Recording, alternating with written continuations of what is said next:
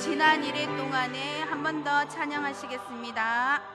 지난 1회 동안에 예수 인도했으니 주의 전에 모여서 감사 찬송합니다. 가장 복된 이날은 하늘 안식표로다. 복된 이날은 하늘 안식표로다. 주의 공로 힘입어 은혜 주시필 때에 화목하게 하시고 죄를 벗겨주소서. 세상 걱정 버리고 은혜 받게 하소서. 세상 걱정 버리고 은혜 받게 하소서. 님의 이름을 찬송하러 왔으니 모임 중에 계시고 영광 나타내소서. 기쁜 하늘 잔치에 참여하게 하소서. 기쁜 하늘 잔치에 참여하게 하소서. 주의 기쁜 복음을 모두 듣게 하시고 주의 은혜 베풀어 위로하여 주소서. 주님 오실 때까지 참기리로다. 주님 오실 때까지 이 날 지키리로다.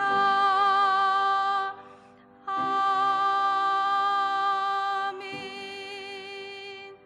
찬송가 15장 찬양하시겠습니다.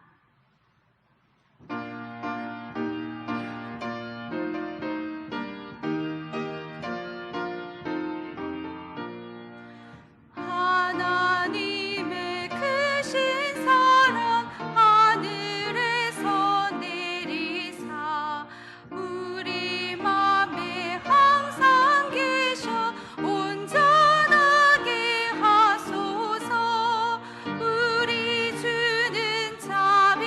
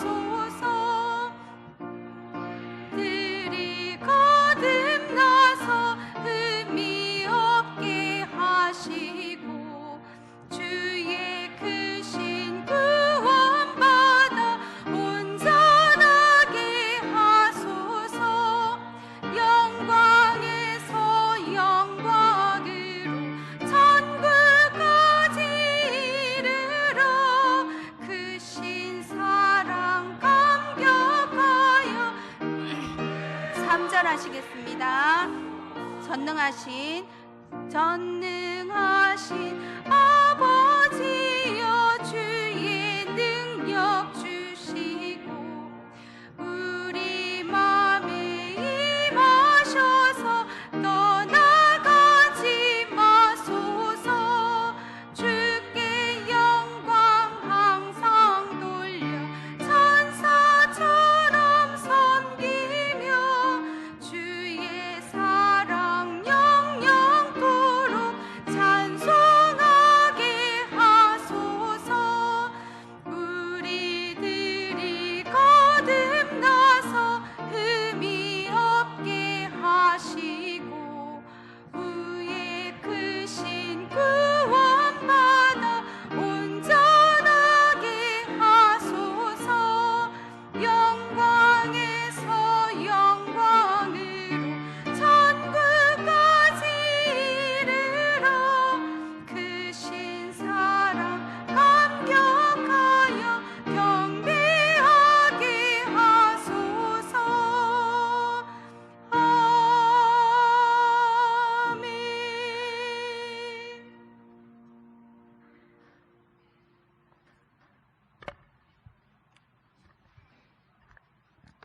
찬송가 212장 찬양하심으로 할렐루야 찬양대 헌신 예배 시작하겠습니다. 212장입니다.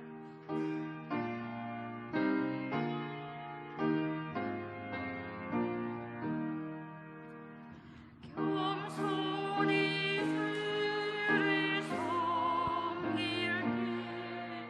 때 위로의 이름 하나 그 주연을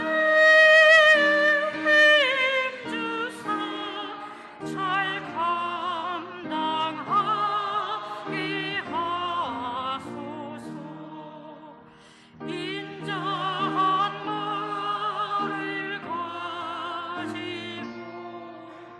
사람을 강화시키며 갈 길을 잃은 우리 잘 인도하게 하소서. 귀신 귀한 인내를 깨달아 하시고 굳건한 믿음 주셔서 늘스리하게 하소서. 장래의 영광 비추사 수많이 위대하시며 그 주와 함께 살면서 참 평강 얻게 하소서. 아멘. 전 찬양대 대장 되셨던 박대국 안수 집사님 기도하시겠습니다.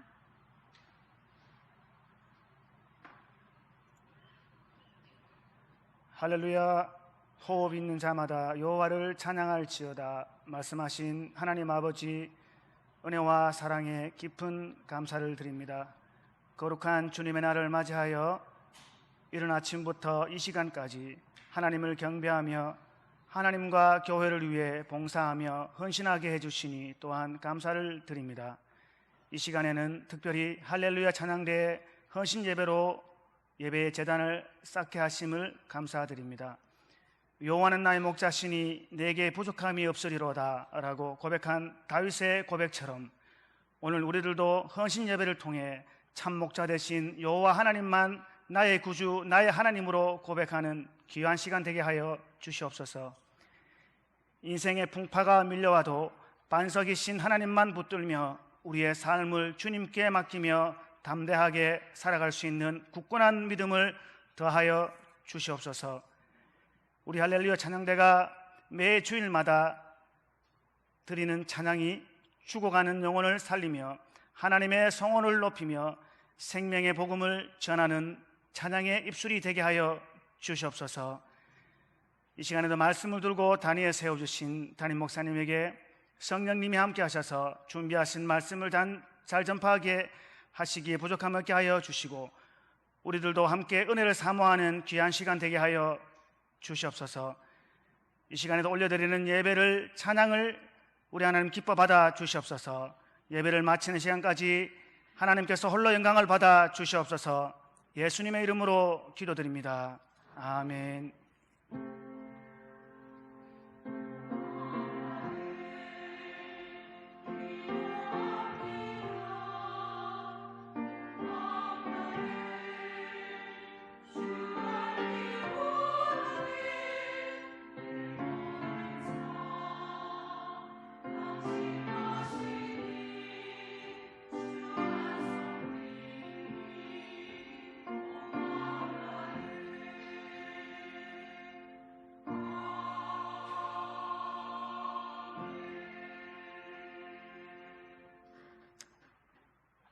찬양대 총무로 수고하시는 안성준 안수집사님 성경 봉독하신 후에 찬양대 전체 특송하겠습니다.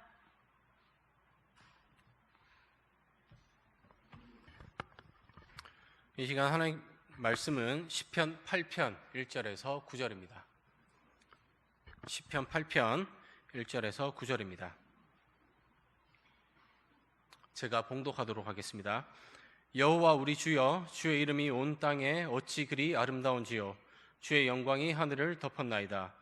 주의 대적으로 말미암아 어린아이들과 젖먹이들의 입으로 권능을 세우시며 이는 원수들과 보복자들을 잠잠하게 하려 하심이니이다. 주의 손가락으로 만드신 주의 하늘과 주께서 베풀어 두신 달과 별들을 내가 보오니 사람이 무엇이기에 주께서 그를 생각하시며 인자가 무엇이기에 주께서 그를 돌보시나이까. 그를 하나님보다 조금 못하게 하시고 영화와 존귀로 관을 씌우셨나이다. 주의 손으로 만드신 것을 다스리게 하시고 만물을 그의 발 아래 두셨으니 곧 모든 소와 양과 들짐승이며 공중의 새와 바다의 물고기와 바닷길에 다니는 것이니이다. 여호와 우리 주여, 주의 이름이 온 땅에 어찌 그리 아름다운지요. 아멘.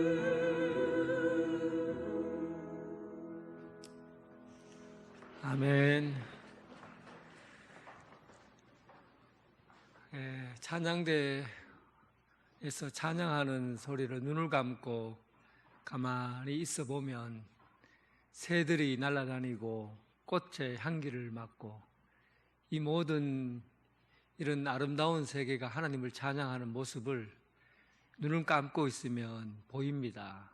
눈 뜨고 들으니까 잘 안 보이죠. 눈을 감고 들으면 다 보이게 되어 있어요. 하나님을 찬양하는 이 모습은 세상에서 가장 아름다운 모습입니다.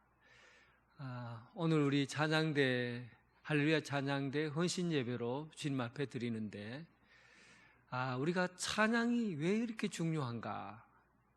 찬양 드리는 삶이라는 것이 우리 인간에게 왜 필요한가 하는 것을 오늘 말씀을 나누려고 합니다. 사실은 사람이 동물하고 다른 것은 사람은 이상하게 서서 다녀요. 이 세상에 있는 모든 동물들은 네 발로 네 발을 붙이고 다니든지 아니면은 기어 다니든지 아니면은 나무를 타고 올라가든지 이런 정도의 짐승들은 이렇게 사는데 유일하게 사람이 서서 이렇게 가는 동물은 세상에 없어요. 원숭이도 가끔 한 번씩 섰다가 다리를 짚지요. 인간만이 유일하게 서서 다녀요. 하나님께서 사람을 서서 다니게 하는 이유가 있지 않을까요? 사실은 인간이 갖고 있는 이 다리가 얼마나 빠릅니까? 치타보다 더 빠릅니까? 아니죠. 아무리 빨리 뛰어도 치타보다 인간은 빠르질 않아요. 하나님이 최고의 인간에게 눈을 주었는데 하늘 나르는 매보다도 독수리보다도 눈이 더 밝습니까? 우리는 요 눈앞에 있는 것밖에 못 보지만은 매는 수백 킬로에 떨어진 것도 다 봅니다. 그러니까 하나님이 인간을 최고의 사람으로 만들었지만 그 눈이 최고로 더 다른 동물보다 더 낫질 않아요.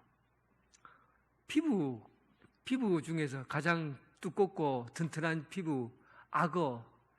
우리 피부가 인간이 하나님께서 최고로 만들었는데 이 피부가 악어보다 피부가 더 단단합니까? 조금만 가시만 있어도 찔리고 하는 연약한 피부를 가지고 있어요.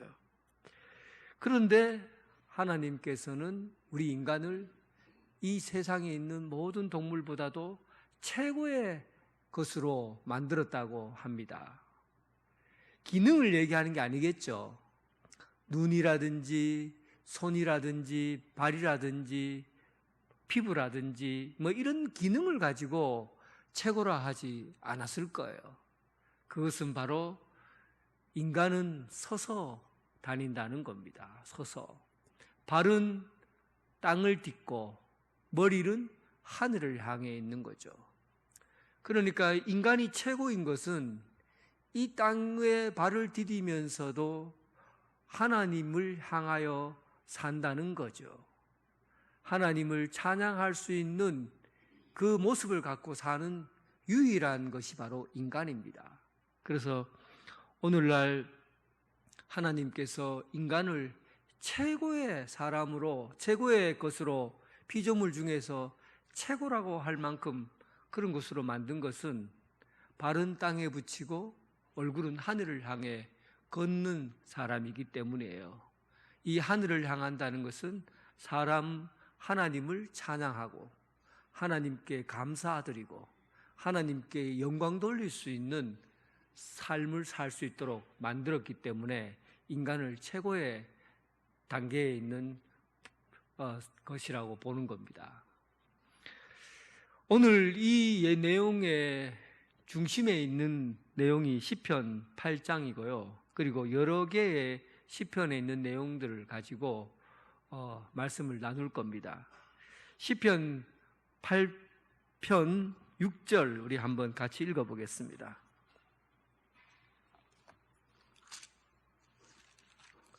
시편 8편 6절 같이 읽습니다. 주의 손으로 만드신 것을 다스리게 하시고 만물을 그 발 아래 두셨으니, 하나님께서 인간을 최고의 사람으로 만들고 난 다음에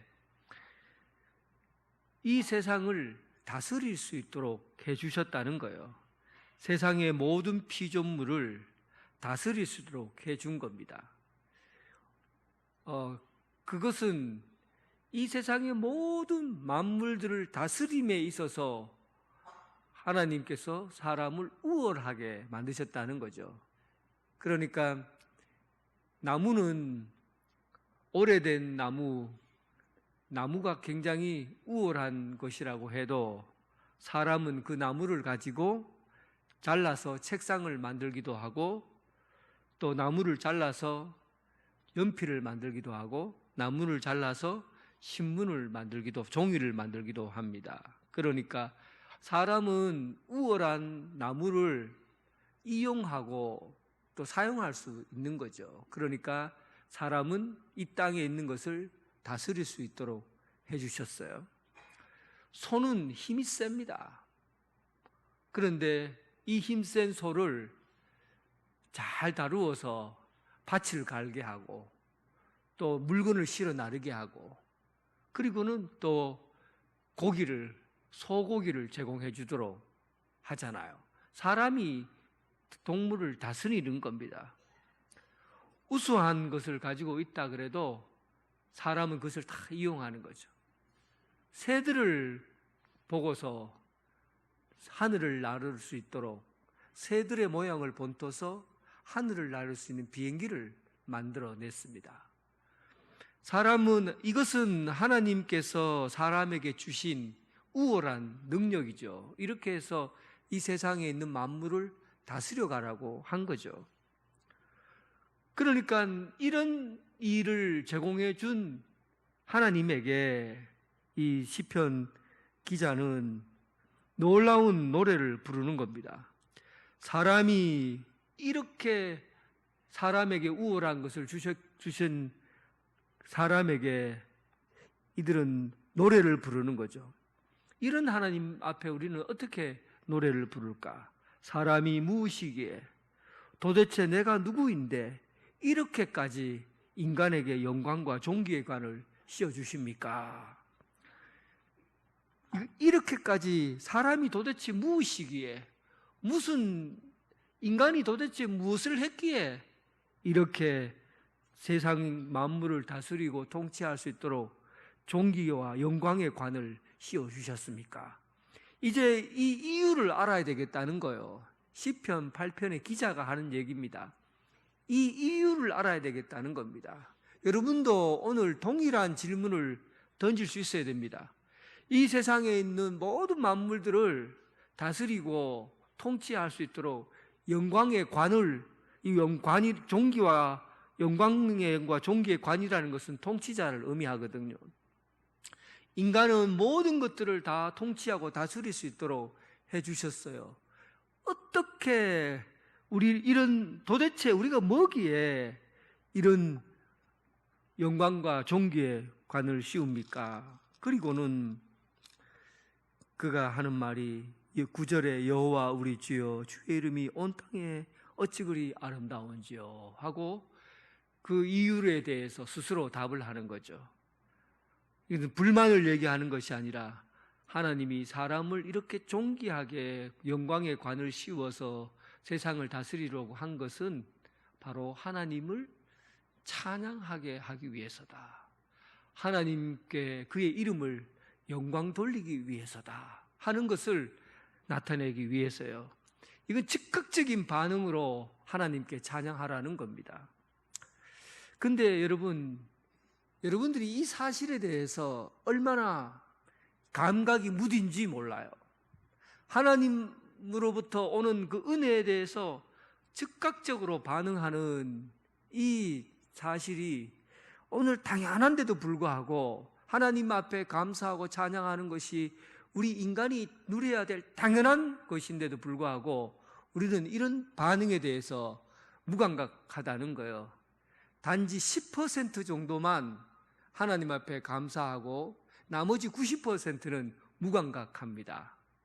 도대체 무슨 근거로 10%라고 얘기하느냐? 예수님이 그러셨거든요.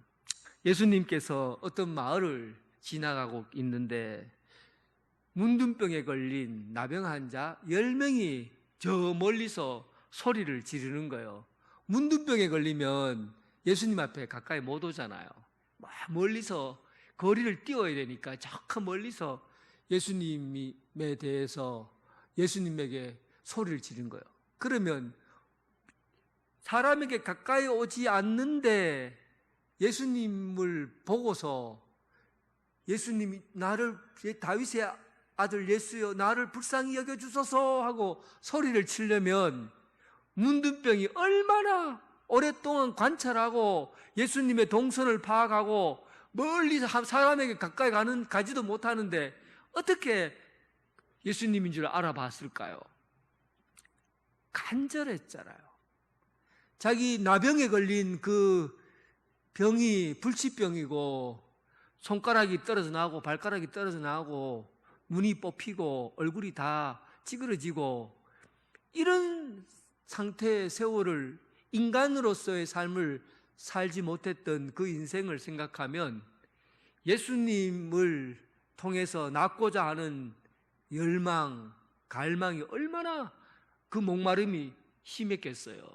그러니까 막 멀리서 예수님을 만나고 예수님이다라고 알 정도니까 오랫동안 예수님에 대해서 묻고 예수님이 어디로 갔느냐 또 어느 쪽으로 하고 있는지 이걸 먼 데서 얘기를 듣고 그렇게 해서 예수님을 본 거죠. 그리고는 소리를 친 겁니다. 하나님의 아들 예수 그리스도시여 나를 불쌍히 여겨주소서 하고 10명이서 합창을 하죠. 살려주세요 예수님, 우리 좀 봐주세요 하고 막 소리를 지르고 생각해 보세요 여러분, 얼마나 간절했었겠어요. 소리를 그럴 때 예수님께서 그의 마음을 아시고 그리고는 조금 멀리 떨어져서 그래 이제 너희들 다 나았다, 걱정하지 마라, 다 나았다, 그리고 네 몸이 다 나았으니까 바로 제사장인데 가서 네 몸을 보이고 그리고 자유를 얻어라. 그때 나병 환자들은 이 병에서 내가 낫게 되면 제사장들이 이 몸에 반점이 없는지 확인해 보고 나았다고 비둘기를 가지고 제사를 지니고 그리고는 선포해야 이 사람들이 정상적인 생활, 사람들과 어울려서 살 수가 있어요. 그래서 제사장이 나았다고 해줘야 되는 겁니다. 그래서 제사장이 달려가라 하니까 다 달려가서 제사장인데 보이고는 그리고는 가버렸어요. 그런데 그 중에 한 명만 자기가 낳은 것을 너무 감사해서 예수님에게, 그것도 사마리아인 이방인이 예수님에게 달려와서 감사합니다, 예수님 고맙습니다, 내가 이제 살았습니다 하고는 하나님 앞에 감사의 표현을 한 것이죠.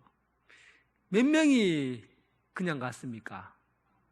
몇 프로예요? 90%예요 여러분. 90%가 나병 환자가 경험했던 그 아픔은 상상이 되겠습니까 여러분? 그렇게 지독한 병을 알았는데도 감사를 표현하는데 인색한, 이게 인간이에요. 사람이요 감사를 표현 잘할 것 같지요.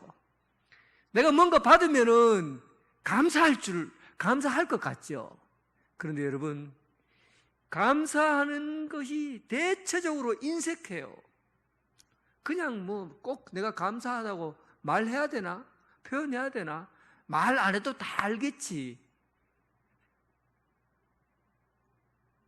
일반적으로 나병 환자가 이 정도로 하나님 앞에 감사하지 않는다고 한다면 여러분들은 나병 환자로 살지 않았는데 감사하는 것이 익숙할까요? 제가 볼 때 감사하는데 둔하지 않을까, 익숙한 게 아니라 무딜이지 않을까 하는 생각을 하게 됩니다.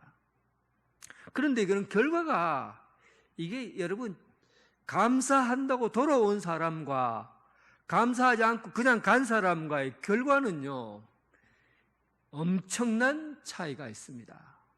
그냥 감사하지 않고 돌아간 사람들은요, 병이 나은 곳으로 살다가 죽고 끝나요. 다 지옥 가고 끝납니다. 그런데 돌아온 이 사람은 예수님께서 그에게 복을 주시죠. 내 믿음이 너를 구원했다. 가라. 내 믿음이 너를 구원하였다. 예수님이 영원한 생명에 대한 축복을 그에게 준 거예요. 여러분, 감사하고 감사를 한다고 표현한 것인데, 그 표현한 그 결과는 영원한 생명을 얻는 놀라운 일이 그에게 일어난 것이죠. 감사는, 그리고 찬양은 최고의 신앙 고백이라는 걸 아셔야 돼요. 내가 예수님을 믿습니다 라는 것, 이런 고백은 우리는 누구나 하는 것이지만, 이것보다 더 큰 고백은 주님, 나를 살려주신 것, 그 은혜에 감사합니다, 하나님을 찬양합니다. 이게 여러분 가장 믿음의 고백 중에서 최고의 고백이라고요. 신앙 고백. 하나님 앞에 찬양 돌리는 거에 우리 신앙 고백에서 가장 고귀한 고백인 줄 여러분 믿으시기 바랍니다. 하나님 앞에 찬양하는 일이 우리 신앙을 고백하는 거예요. 결국은 9명의 사람들은 몸이 낫고 영원히 사는 영원한 생명을 얻는 일에 실패했지만, 이 한 명의 문둥병자는 하나님 앞에 감사를 돌리고 찬양을 돌림으로 인해서 영원한 생명을 얻게 되었다는 것. 여러분, 하나님 앞에 찬양하는 일이 여러분들의 신앙 고백이 되길 주님의 이름으로 축원합니다. 이 다윗의 시는요, 8장 한번 파란색으로 된 것을 한번 읽어볼까요? 파란색 1절 말고 이렇게 네모 가수로 된 네모 안에 있는 거, 다윗의 시, 그 밑에 거 다윗의 시 뭐라고 돼 있어요? 인도자를 따라 깃딧에 맞춘 노래, 이렇게 돼 있죠. 깃딧이라는 게 뭡니까? 깃딧. 알면은 여러분들 여기서 설교하겠죠? 모르니까 그거 앉아 계시겠죠. 깃딧. 여러분, 이 시편은요, 이게 노래하고 같이 섞여 있는 거거든요. 시편은 노래를 부르기 위해서 만든 거예요. 가락에 맞추어서 부르는 노래들이에요. 그런데 지금은 저는 이 악보가 언제 만들어졌는지 모르겠네요. 우리 지휘자님 혹시 악보의 역사가 언제쯤 될까요? 하여튼 뭐 옛날인데, 그래도 이 고대 시대에 이때의 악보가 있었을까요? 예, 없어요. 콩나물 대가리가 있고 한 그런 악보가 없어요. 박자가 몇 박자고 그런 게 없어요. 근데 어떻게 이 찬양대를 불러놓고, 레위인들이 찬양대잖아요. 찬양대를 불러놓고 박자에 맞춰서 음악을 할까요? 그 소고치고 북치고 음악에 맞춰서 할까요? 그게 깃딧이라는 그런 것이 그 노래에 대한 박자라든지 그리고 감정이라든지 이런 것들을 알 수 있도록 한 게 바로 깃딧에 맞춘 노래예요. 참 이 사람들 보면 시편에 있는 정서가 굉장히 재밌어요. 깃딧은 뭘 의미하냐면, 포도밭에서 수확을 하잖아요. 사람들이 포도밭에서 포도를 수확하는 포도 수확철이 되면 그때는 잔치를 엽니다. 포도주가 수확되는 날은 가뭄에 물이 다 떨어지고 목마르고, 그리고 또 먹을 것이 없는 때이기 때문에 포도주를 수확하는 날은 잔치가 열려요. 물을 마음껏 먹을 수 있도록 포도주를 통해서 물을 대신하고, 그런 잔치가 열리는 날이기 때문에 그 포도주를 수확할 때는 굉장히 기쁜 거죠. 흥겨운 거죠. 근데 이 포도주를 어떻게 수확하냐면 깃딧, 그러니까 포도주 틀, 이 네모난 틀이 있잖아요. 틀에다가 포도를 쫙 깔아요. 포도 알을 따서 꽉 쫙 깔아놔요. 그리고 맨발로 사람들이 그 안에 들어가요. 들어가갖고 어떻게 하겠어요? 밟아요.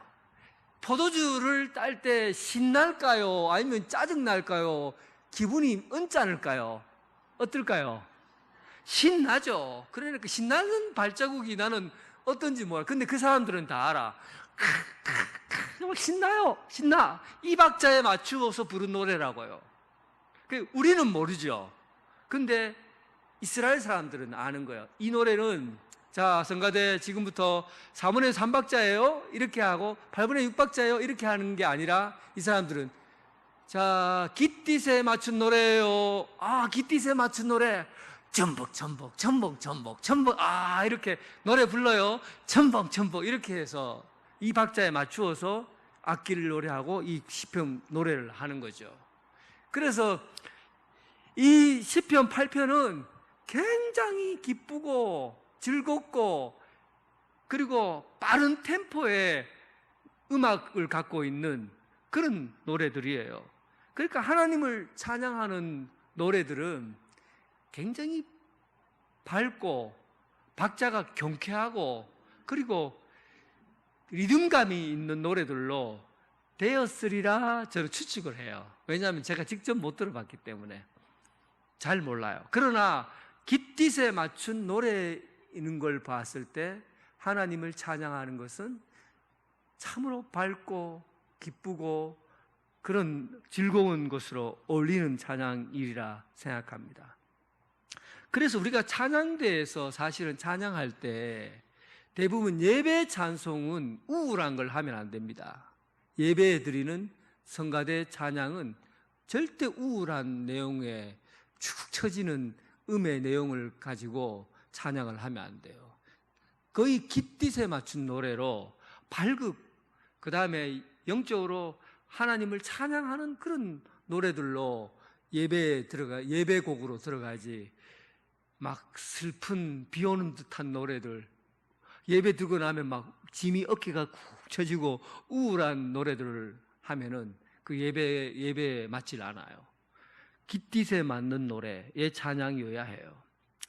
하나님 앞에 찬양하는 것은 인간이 가지고 있는 본능적인 반응이에요. 사람이 사람인 것은 우리가 하나님 앞에 찬양할 수 있기 때문에 사람인 거예요. 여러분들이 찬양을 하지 않으면, 하나님 앞에 찬양하는 삶을 살지 않으면 사람이 아닌 거예요. 찬양하지 않고 사는 사람이라고 얼굴값 할 수 있어요? 하나님께서 그렇게 존귀한 관을 세워서 만들어줬는데 우리가 할 일이 뭐가 있겠어요? 하나님을 찬양해야 하는 일이죠. 하나님을 찬양할 때 비로소 인간의 모습이 그 인간의 모습을 드러내는 겁니다. 만약에 우리가 찬양하지 않는다면 개나 소나 같습니다. 짐승과 같아요. 오늘 여러분 인생에서 내 삶이 찬양으로 가득 차 있는가? 아니면은 내 삶이 언제나 찬양하기에 인색한가? 하루하루 살아가면서 늘 인상 찡그리고 마치 아침에 못 먹을 걸 먹은 사람처럼 시끄둥하게 해갖고 그런 표정으로 내가 살아가는 건가? 인간이기를 포기한 사람은 그래 사셔요. 그러나 하나님의 존귀한 간을 씌워서 세워진 사람이라고 한다면 여러분 얼굴 인상 관리 잘 하시기 바랍니다. 찬양하는 얼굴로 살아야 되는 것이죠. 근데 시편 12편 이제 중요한 내용이 하나 더 있습니다. 시편 12편 1절에 먼저 보면 여호와여 도우소서 경건한 자가 끊어지며 충실한 자들이 인생 중에 없어지나이다. 경건한 자가 끊어지고 충실한 자들이 인생에서 없어진다. 이 말은 인간이 어떻게 하면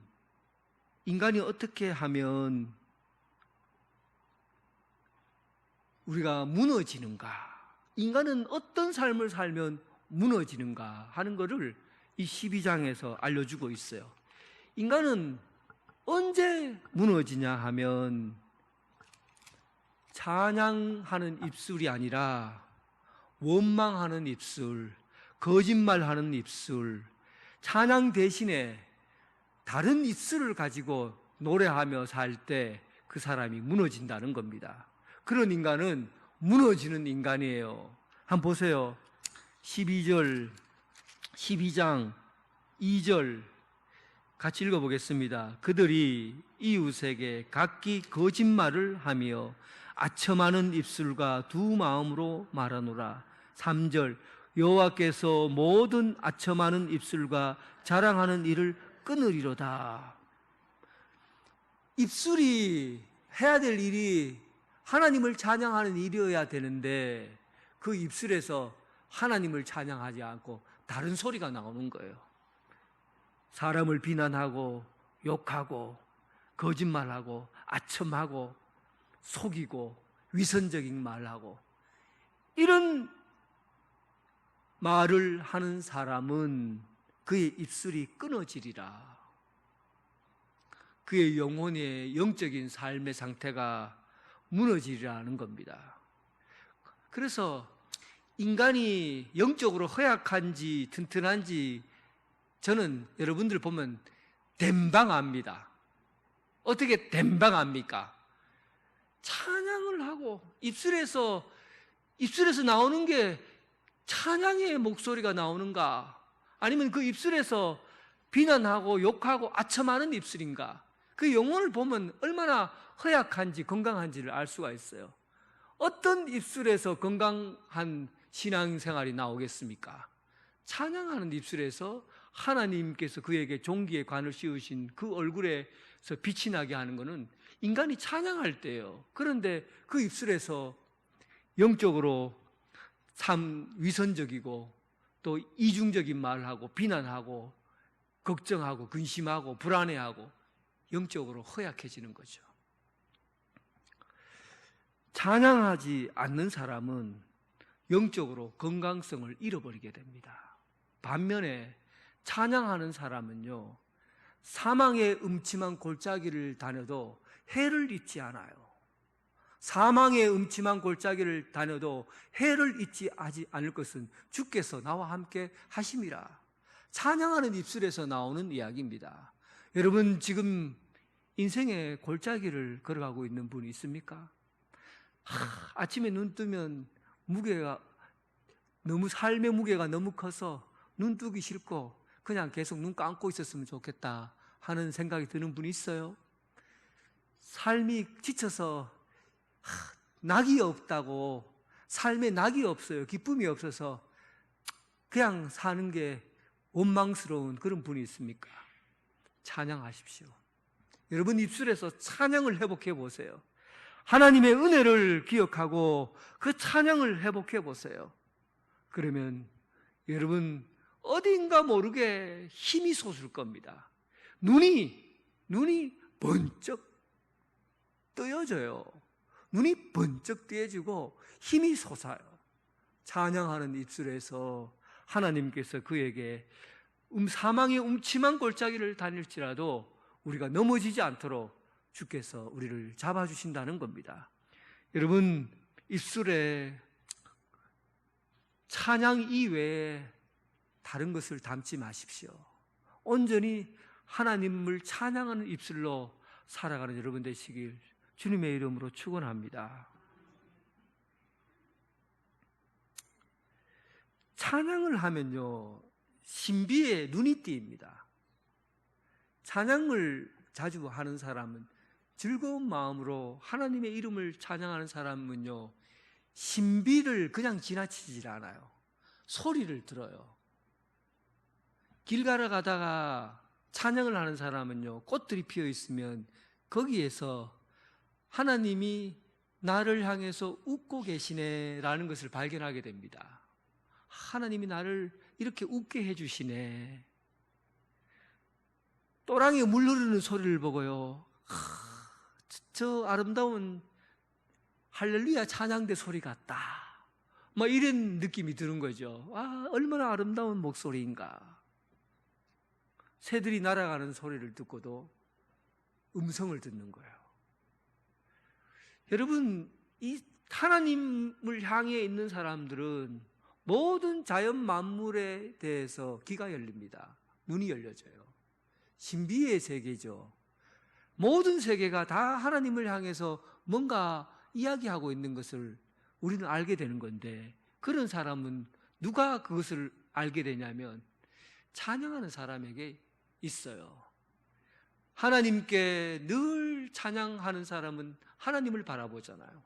그런 사람에게는 하나님께서 모든 만물에게 주신 그 아름다운 소리를 듣고 노래하게 되어 있어요. 한번 볼까요?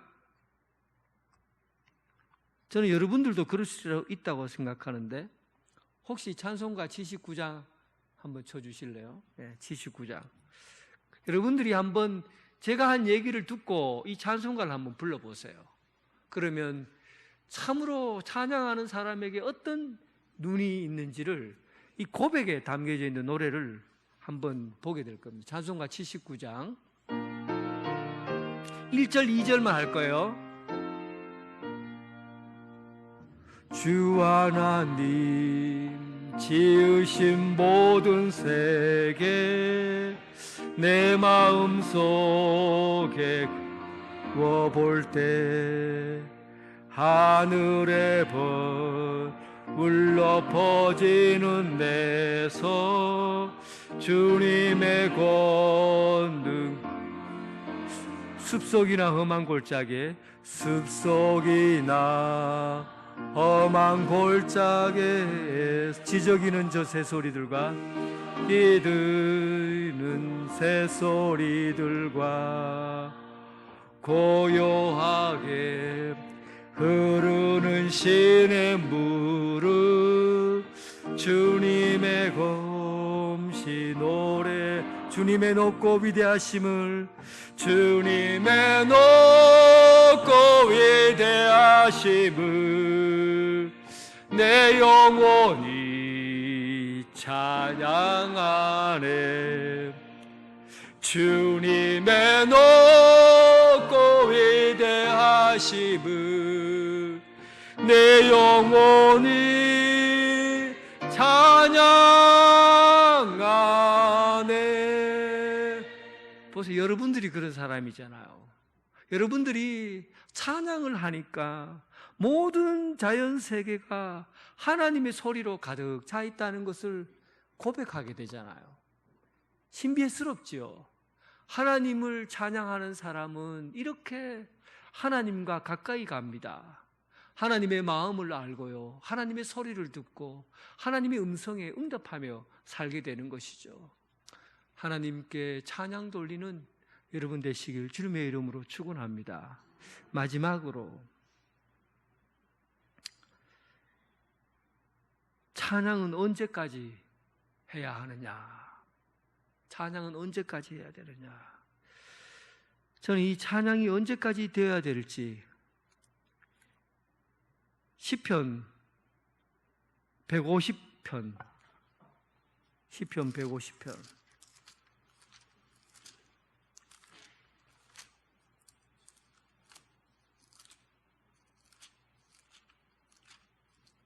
시편 150편 6절 같이 읽어보겠습니다. 시편 150편 6절 시작. 호흡이 있는 자마다 여호와를 찬양할지어다. 할렐루야. 언제까지 찬양이 계속돼야 됩니까? 자, 그러면 찬양하기 싫은 사람 지금 숨쉬지 마세요. 찬양하기 싫은 사람 숨쉬지 마세요. 지금 숨 쉽니까? 그러면 찬양하시기 바랍니다. 언제까지요? 죽을 때까지, 숨 안 쉴 때까지 찬양하며 사는 게 우리 인생의 삶의 목적이고 또 사명이고 마지막입니다. 여러분 인생에 찬양으로 영광 돌리는 인생 되길 주님의 이름으로 축원합니다. 하나님 아버지 감사합니다.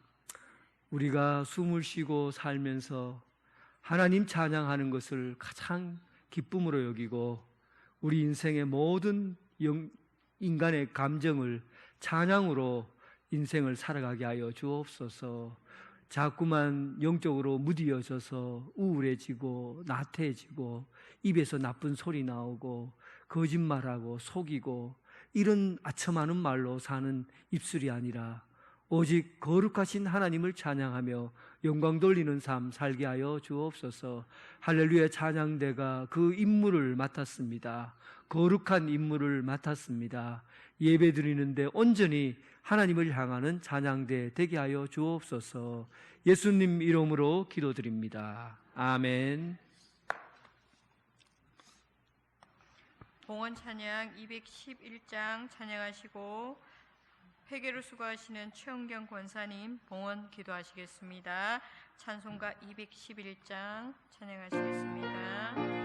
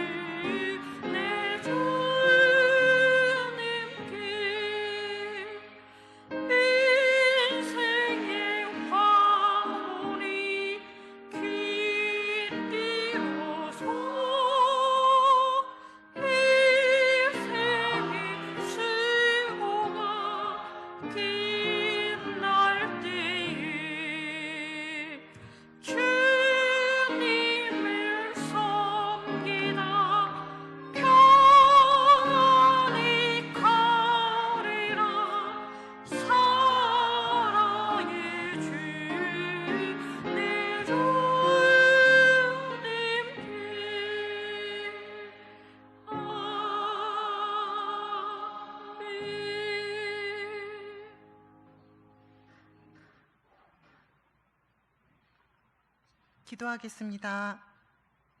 주님, 감사합니다. 주님의 부르심으로 한 마음이 되어 준비하고 한 목소리 되어 찬양하게 하여 주심을 감사드립니다. 그 감사함의 마음으로 주님께 드리는 모든 것들과 드려지는 헌금, 정성이 연락되어지기를 원하며 주님께 드릴 수 있는 자 될 수 있도록 사명 감당하게 지켜주시옵소서. 이 모든 말씀 예수님의 이름으로 기도드립니다. 아멘.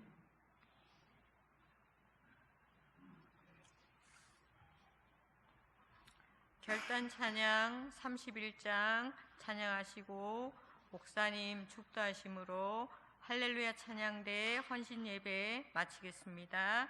찬송가 31장 찬양하시겠습니다.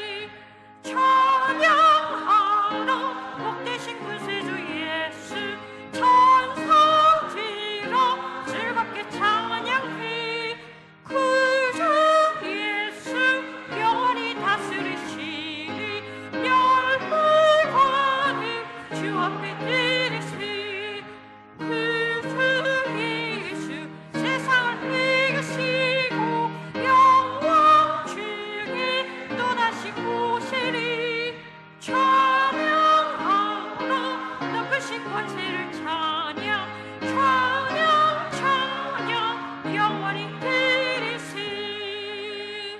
아멘. 예, 오늘 헌신을 다짐하고 헌신하신 할렐루야 찬양대에게 감사를 드립니다. 화요일 날 우리 교회에서 울산노회 서부 시차례가 열립니다. 그를 위해서 봉사하고 섬길 수 있는 분들이 있으면 많이 도와주시기 바랍니다. 몸 찬양대회 준비를 각 기간별로 잘 해주시고 이번에는 정말 더 은혜롭고 복되고 기쁜 잔치가 될 수 있도록 준비를 잘 해주시기 바랍니다. 기도하겠습니다. 이제는 예수 그리스도의 은혜와 극진하신 하나님 아버지의 사랑과 성령님의 감화 감동 역사 교통하심이 하나님을 찬양하며 우리 인생의 사명을 감당하길 원하는 오늘 헌신을 다짐한 할렐루야 찬양대 위에 그리고 여기에 참여한 예배자들 위해 지금부터 영원토록 함께 하시기를 간절히 축원하옵나이다. 아멘.